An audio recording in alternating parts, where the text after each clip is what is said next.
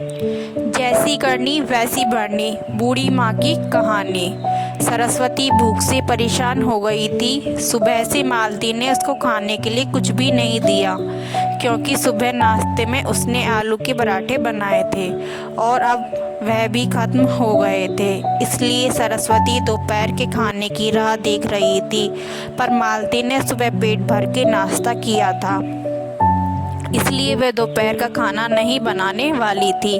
अत्यंत भूख से परेशान हो रही सरस्वती मालती के पास गई और बोली, बहू मुझे बहुत ज़ोरों से भूख लगी है, खाने के लिए कुछ भी दे दे।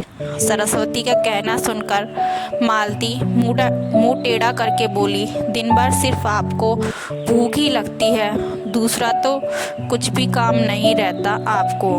उस टेबल पर चने रखे हैं, वही खाकर पानी पी के सो जाओ। आज दोपहर को मैं मेरी फ्रेंड के साथ बाहर जाने वाली हूँ, इसलिए खाना तो रात को ही बनाऊंगी। यह सुन के सरस्वती का मन उदास हो गया। फिर सरस्वती धीरे से बोली, तू कहे तो मैं खुद के लिए कुछ बना लूँ। मालती गुस्से से बोली, एक व्यक्ति के लिए खाना बनाओगी क्या आप? सोचकर मालती किचन में गई और उसने फ्रिज में रखे हुए बासी चावल निकाले। अचार के साथ वह चावल एक थाली में परोसकर सरस्वती के आगे रखकर बोली कि खा लो। ऐसा कहकर पर्स लेकर मालती घर के बाहर चली गई। चावल फ्रिज में रखे थे, तभी भी वह खराब हो गए थे, उनसे गंदी बदबू आ रही थी। सरस्वती ने गुस्से से वह चावल डस्टबिन में डाल दिए। इसके बाद उसने दाल चावल निकालकर अपने लिए गरम गरम खिचड़ी पकाई और पुदीने की चटनी के साथ खाई और सब बर्तन घिसकर किचन साफ किया और चुपके से अपने रूम में जाकर सो गई। मालती ने भले ही खाना पकाने से मना किया था, पर यह घर उसका भी था और वह खुद का खाना खुद बना सकती है। दूसरे दिन सुबह सरस्वती अपने रूम में बैठी थी, उतने में उसका बेटा रमेश उधर आया और बोला, माँ आजकल महंगाई बहुत बढ़ गई है, मुझे घर चलाना भी बहुत कठिन हो रहा है, ऊपर से पापा की 13वीं पर भी बहुत खर्च हुआ। माँ मैं सोच रहा था कि एक रूम किराए पर दिया जाए, घर का किराया आने पर घर खर्च में थोड़ी मदद होगी। सरस्वती बोली, बेटा तुझे जो ठीक लगेगा तू वही कर। उसके बाद रमेश गला साफ करते हुए बोला, माँ तेरा रूम खाली कर दे और नीचे के छोटे रूम में शिफ्ट हो जा। उस छोटे रूम में टॉयलेट और बाथरूम नहीं है तो उसे कोई किराए पर नहीं लेगा। सरस्वती चौंक गई और बोली, पर वह रूम छोटा है और वो तो स्टोर रूम है, मैं उधर रहूंगी तो टॉयलेट बाथरूम कैसे जाऊंगी। रमेश बोला, माँ तू आंगन के टॉयलेट में जाया कर, तू तो घर ही रहती है ना, जिसको हम रूम किराए पर देने वाले हैं तो उसको तो सारी सुख सुविधा तो चाहिए ना।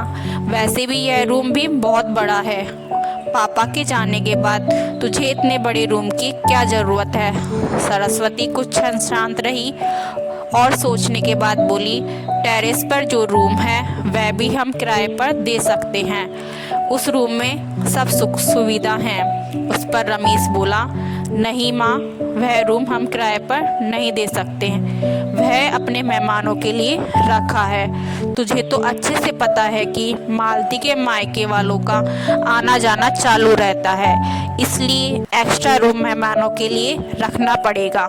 सरस्वती सब समझ गई थी कि बेटे ने तो उसका ही रूम किराए पर देने का निर्णय लिया है, क्योंकि वह बुढ़ापे में बेटे और बहू पर आश्रित थी।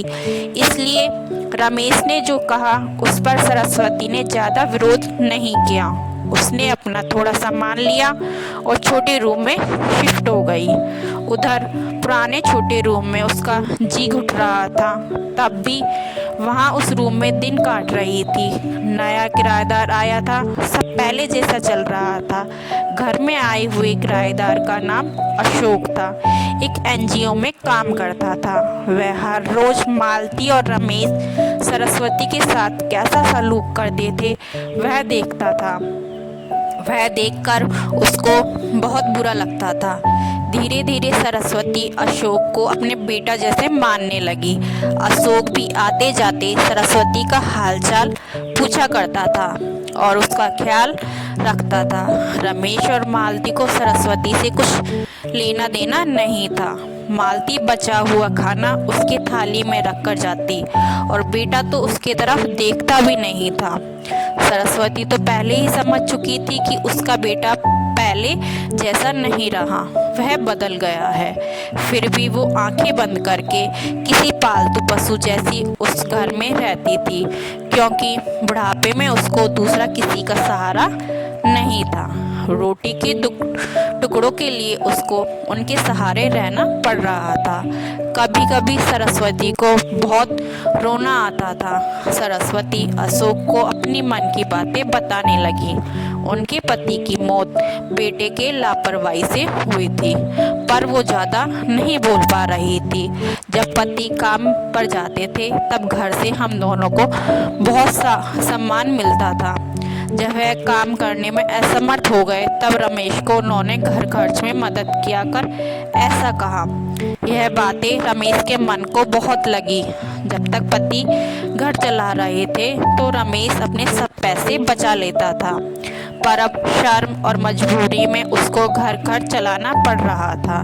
धीरे धीरे माँ बाप का खर्चा उसको बोझ लग रहा था, लेकिन वह स्पष्ट रूप से कुछ भी नहीं कह सकता था। इस बीच पति का स्वास्थ्य बहुत बिगड़ गया और वह चल बसे। डॉक्टर के पास जाने से पता चला कि उनको निमोनिया हुआ था।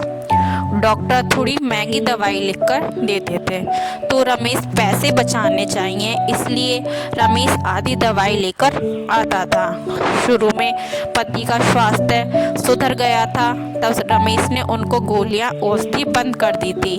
पति भी इन चीज़ों पर ज़्यादा ध्यान नहीं देते थे, लेकिन एक रात में उन्हें सांस लेने में बहुत परेशानी हुई।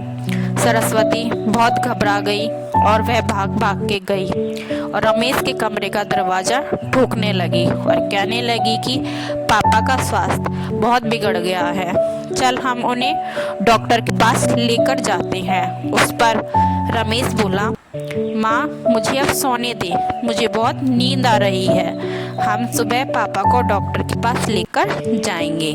ऐसा कहकर उसने दरवाज़ा बंद कर लिया था। सरस्वती रात भर पति के तकिए के पास चिंतित बैठी रही। कभी छाती को तेल लगाकर मालिश कर रही थी तो कभी भाप दे रही थी, पर भगवान को कुछ अलग स्वीकार था। सुबह तक उनकी मृत्यु हो गई थी। घर में कब्रिस्तान जैसी शांति थी। रमेश रोने का नाटक करने लगा। मालती तो ऐसे रो रही थी कि जैसे उसको वास्तव में ससुर चले गए हैं, इस बात पर बहुत दुख हो रहा हो। सबसे ज़्यादा धक्का लगा सिर्फ सरस्वती को, पर वह कुछ बोल नहीं पा रही थी। सरस्वती की आंखों से आंसू आ रहे थे और उसके ओठ थर थर काँप रहे थे, जैसे कि वो कहना चाहती हो कि अब एल रोने का नाटक क्यों कर रहे हो, मेरे पति की मौत के आप दोनों जवाबदार हो। पर वह कुछ बोल नहीं पाई। क्रियाकर्म कर दिया गया। सरस्वती के दिमाग में हमेशा एक बात चलती थी, रमेश ने लापरवाही नहीं की होती तो आज मेरे पति जिंदा होते। उनकी मौत के बाद मालती और रमेश का व्यवहार बहुत बदल गया था। सरस्वती को भी उनके व्यवहार की आदत पड़ गई थी, इसलिए वह उनकी तरफ से कोई भी अपेक्षा नहीं रखती थी, पर उसका मन उसे अंदर ही अंदर उसे खाए जा रहा था। ऐसी औलाद को सबक भी नहीं सिखा सकती। एक दिन उनका किराएदार अशोक उसके पास आया और सरस्वती को कुछ बातें उसने समझाई। वह बातें सुनकर सरस्वती की आंखों में एक नई उम्मीद जगी। दूसरे दिन सुबह सरस्वती मालती और रमेश के पास आई और बोली, मुझे तुम दोनों से बहुत ज़रूरी बात करनी है।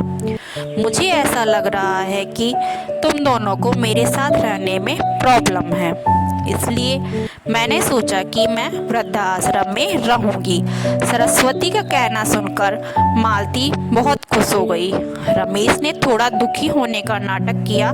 फिर थोड़ी देर में सरस्वती ने उन दोनों के चेहरे के हाव भाव देखे और बोली, रमेश तुझे दुखी होने की जरूरत नहीं है और मालती तुझे इतना खुश होने की जरूरत नहीं है। पहले मेरी सब बातें सुन लो। और सरस्वती हंसकर बोली, यह बातें सच्ची हैं कि वृद्धाश्रम में मैं रहूंगी, पर मैं इस घर से कहीं नहीं जाऊंगी। मैं इस घर को ही वृद्धाश्रम बनाऊंगी। अब यहाँ तुम्हारे जैसे स्वार्थी बेटे और बहू यहाँ नहीं रहेंगे। मेरे जैसे बूढ़े लोग यहाँ रहेंगे। यह मेरा आखिरी निर्णय है। यह सुनकर रमेश और मालती दोनों ही चौंक गए। रमेश और मालती एक दूसरे की तरफ देखने लगे। उन दोनों ने सोचा था कि सरस्वती घर छोड़कर चली जाएगी तो वह दोनों खुशी से रहेंगे। उनको लगा था कि अब उनको सरस्वती की जवाबदारी लेनी नहीं पड़ेगी, उसका ख्याल नहीं रखना पड़ेगा।